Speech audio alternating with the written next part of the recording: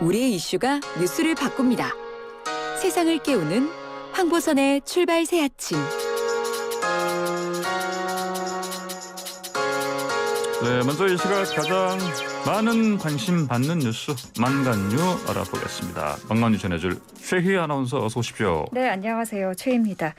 오늘도 애청자 문자 받아보겠습니다. 5월 10일에 열리는 윤석열 대통령 취임식에 국민통합 차원에서 전직 대통령 초청이 이루어질까 관심이 높아지고 있습니다.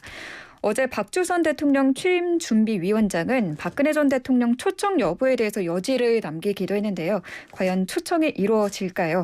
여러분의 생각 문자로 받아보겠습니다. 문자 메시지 샵 0945번, 우물정 연구사업원으로 보내주시고요. 단문 50원의 유료 문자입니다. 문자 보내주신 분들 중 몇 분 추첨해서 선물 보내드립니다. 당첨되신 분들께는 제작진이 따로 연락을 드리고요.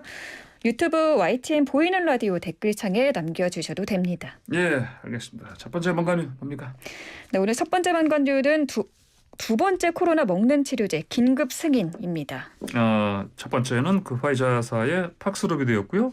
이번에 그럼 새로 다른 거가 들어온다. 네, 맞습니다. 예. 이번에 두 번째로 도입된 먹는 치료제는 미국 머크사의 라게브리오입니다. 라게브리오. 네, 예. 투여 대상은 팍스로비드와 동일하게 코로나 감염 후 중증으로 진행될 위험이 높은 성인 환자입니다. 예. 둘의 차이를 좀 보면 팍스로비드는 함께 먹으면 안 되는 약들이 참 많습니다. 그래서 처방이 굉장히 까다롭고 신장이나 간 기능이 저하된 환자에게는 네. 사용할 수가 없는데요. 반면에 라게브리오는 이런 환자들에게도 모두 쓰일 수가 있어서 예. 먹는 치료제의 폭이 넓어졌다고 할 수 있겠습니다. 다만 부작용 우려가 있어서 임보와 만 18세 미만 소아청소년 환자는 라게브리오를 처방받을 수 없습니다. 그래요. 자, 그럼 그런 좋은 점들이 있는데 효과가 어느 정도입니까? 라게브리오 효과는 좀 낮은 편입니다. 예. 최종 임상시험 결과 입원과 사망 예방 효과가 30%로 나타났어요. 팍스로비드는 88%인 것에 비하면 절반에도 미치지 못하는 단점이 있는데 예. 그렇기 때문에 앞서도 말씀드렸지만 팍스로비드를 쓰기 어려운 환자들에게 대체제로 이 라게브리오가 활용될 것으로 보입니다. 예, 알겠습니다.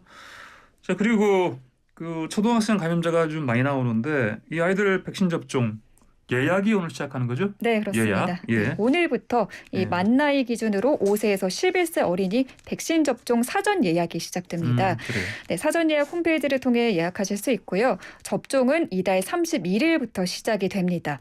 접종을 하러 가실 때는 어린이의 이상 반응을 살펴봐야 하기 때문에 예. 이 보호자나 법정 대리인이 반드시 함께 가주셔야 합니다. 그렇군요. 알겠습니다. 자, 그리고 그 어제는 총 몇만 명 나오는지 아직 못 봤는데 확진자 수가 뭐 62만 명, 그래서 뭐 30만 명, 50만 명 계속해서 많이 나오고 있는데 이게 네. 뭐 정부가 방역을 성급하게 완화해서 그렇다 이런 비판이 나오지 않았습니까? 여기서 방역 당국이 좀 반박을 했다고요? 네, 맞습니다. 일단 어제 저녁 9시 기준으로는 신규 네. 확진자가 39만 명이 39만 넘었고요. 명이요? 네, 예. 오늘은 40만 명 안팎이 될 것으로 보입니다. 어제보다 조금 증가한 약간 수치인데요. 늘어나겠네. 네. 어제보다. 예. 정부가 방역을 성급하게 완화했기 때문이다라는 비판이 일각에서 나왔고요. 예. 방역 당국이 이 전면 반박하고 나섰습니다. 뭐라고 아주 했습니까? 강하게 반박을 했는데 예. 결과론적인 비판이다라면서 방역을 완화하는 순간 전면적인 유행을 한 번은 겪게 될 것이라고 밝혔습니다. 예. 또 지금 오미크론 유행 정점에 들어서긴 했지만 감소세가 언제부터 나타날지는 이번 주 상황을 지켜봐야 한다는 입장입니다. 알겠습니다. 자, 다음 안간유 주세요. 네, 두 번째 관관유는 안철수 총리설의 안랩 상한가입니다. 아하. 이거 사실 안철수 총리 설 때문에 올라가고 있다. 네, 그 안랩 맞습니다. 주가가 네. 그 얘기죠? 네. 얼마나 오른 건지 좀 살펴보면 네. 어제 전일 대비 4만 500원이 오른 17만 5,800원에 장을 마쳤습니다. 4,500원 올렸다고요? 네. 오, 굉장하네요. 예. 네, 지난 17일부터 어제까지 연속 급등세를 보이면서 사상 최고가를 경신한 건데요. 예. 지난달 말에만 해도 6만 4천 원대였던 주가가 한 달 만에 3배 가까이 뜬 겁니다. 그래요. 이 주가는 작년에 안철수 지금은 인수위원장인데 그 당시 후보로 나섰을 때에도 좀 뛰긴 했었는데 다시 네. 가라앉게 됐고요. 야, 이렇게까지 올라갔군요. 그러면은 말씀하신 것처럼 안철수 지금 위원장이 그러면 총리가 될 가능성 때문에 이게 뭐 상한가를 친 거 아니겠습니까? 네, 맞습니다. 이번에 안랩의 주가가 급등한 것도 안철수 위원장의 국무총리설이 좀 이렇게 예. 돌면서 투자 심리가 높아졌기 때문으로 분석이 되는데요. 예. 한때 유임설이 돌았던 김부겸 국무총리가 국면을 정확하게 꿰뚫지 못한 해프닝으로 일축하자 주식시장에서는 안 위원장이 총리가 될 것이다. 안 위원장의 총리설이 더 힘을 받고 있는 모양새입니다. 그렇군요. 자, 그런데 만약에 이분이 안 되면 어떻게 하려고? 이제 어쨌습니까? 그 인수위라든지 윤석열 당선인 주변에서는 뭐 국무총리 될 것 같다. 이런 설에 어떤 반응을 보입니까? 일단 그 윤핵관으로 꼽히는 네. 국민의힘 권성동 의원은 부정적인 시각을 보였습니다. 예.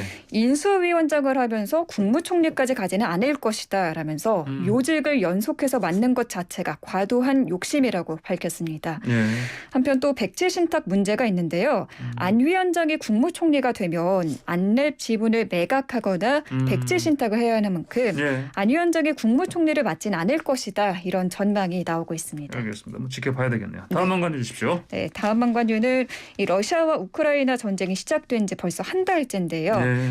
우크라이나군 일부 도시 탈환, 러시아 핵무기 쏠까입니다. 그래요. 자, 그 내용들 좀 더 자세히 보기로 하고 일단 먼저 우크라이나군이 일부 지역에서 전세를 역전시켰다. 이런 얘기 들리네요? 네, 그렇습니다. 우크라이나 국방부는 현지 시각 22일 수도 키이우 인근 소도시인 마카리우에서 러시아군을 몰아냈다고 밝혔어요. 미국 국방부도 최근 우크라이나군이 일부 지역에서 영토를 되찾고 오고 있다고 힘을 보탰습니다. 그래요. 어쨌든 근데 어떻게 이렇게 사실은 일방적으로 사실 그 당하는 그런 상황 같은데 어떻게 무슨 이를테면 어떤 방식으로 이렇게 전설 역전할 수 있었던 겁니까? 네, 일단 우크라이나군은 현지 지형을 아무래도 잘 알고 있기 때문에 예. 지형 지물을 이용해서 기습 공격을 하고 달아나는 게릴라 전술로 러시아군을 네. 효과적으로 공략하고 있다는 게 전문가들의 의견입니다. 예. 또 러시아군의 보급난 이슈가 있는데요. 우크라이나군은 러시아군이 보유한 연료와 식량이 사흘치밖에 남지 않은 것으로 보고 있어요. 그래요? 보급난이 이어지고 있고 또 러시아 병사들의 사기가 상당히 많이 떨어졌다. 이런 평가가 나오고 있습니다. 그래요. 이제 그런데 그 일부 지역에서의 전세 역전을 가지고 전체적으로 뭐 이렇게 뭐 역전됐다고 이렇게 볼 수는 없지 않습니까? 네, 맞습니다. 아직은 전세에 큰 변화가 생긴 수준은 아니라는 것이 예. 대체적인 시각입니다. 마리우폴 쪽은 어때요? 네, 남부 항구 도시 마리우폴 상황은 어제 만관유에서도 전해드렸는데요. 예. 갈수록 악화하고 있습니다. 러시아가 마리우폴로 들어가는 구호 물자를 막고 있어서 예. 시민들은 물과 전기, 식량이 모두 고립된 상태로 집중 포격을 받고 있는 상황이에요. 예. 러시아가 일부러 민간인을 공격하고 고사 작전을 펼치고 있다는 분석이 나오고 있습니다. 그래 이렇게 쉽지가 않으니까 러시아가 핵무기를 사용할 가능성, 또 뭐 화학무기 사용할 가능성 이런 얘기도 나오던데요. 네, 그렇습니까? 맞습니다. 조금 전쟁이 길어지고 장기화되고 약간 예. 밀리는 기세가 보이다 보니 러시아는 이 핵무기를 사용할 것이다. 이런 가능성이 나오고 있는데 예. 일단 러시아는 전쟁이 계획대로 되고 있다는 입장인데요. 단서를 달았어요. 예. 국가 존립이 위기에 놓이면 핵무기를 사용하겠다. 이렇게 밝혔습니다. 그래요. 네, 한편 조 바이든 미국 대통령은 오늘 유럽 순방에 나서면서 러시아 추가 제재안을 발표할 것으로 알려졌습니다. 알겠습니다. 그다음 난관해 주십시오. 네, 네 번째 관건주는 우크라이나로 떠난 해병 폴란드 국경에서 사라졌다입니다. 그 휴가 나온 그 해병 얘기하시는 거잖아요. 네, 맞아요. 그리 건너가서 그 우크라이나 입국이 거부됐다고 제가 들었었는데 네. 그 다음에 뭐 사라졌다. 네, 맞습니다. 조금 저는 상황을 설명해 드리자면 예. 이 해병 군사는 우크라이나 국제의용군에 참여하겠다면서 휴가 중에 폴란드로 출국을 했습니다. 예. 그리고 어제 새벽 폴란드 측 국경검무소 건물에 있다가 이날 새벽에 이 건물을 빠져나간 뒤에 이 행방이 묘연해진 건데요. 예. 아직 A씨가 현재 어디서 뭘 하고 있는지 파악이 안 되고 있습니다. 외교부는 계속 A씨 행방을 추적해서 안전하게 귀국하도록 하겠다고 밝혔습니다. 그래요. 알겠습니다. 자, 아까 우리 의견 청취자분들 우리 물어봤는데 네. 메시지가 좀 많이 들어왔습니까? 1002번, 1002님께서 주신 의견 제가 말씀드릴게요. 네. 그 전직 대통령인이 모시긴 해야 하지 않을까요? 하지만 한편으로는 또 모시는 게 맞나 생각도 듭니다. 이런 의견 주셨고요. 네, 3280번님은 그래도 전직 대통령 예우 차원에서 또 국민통합 차원에서 초청하는 것도 나쁘지 않아 보여요. 그러면서 긍정적인 의견 주셨습니다. 네, 2055님께서는요. 건강이 안 좋다고 들었는데 초청한다 해도 참석할 수 있을까요? 예. 네, 9448번님은 국민통합 차원이라고 하는데 국민 분열을 일으키진 않을까 걱정이 됩니다. 그래요.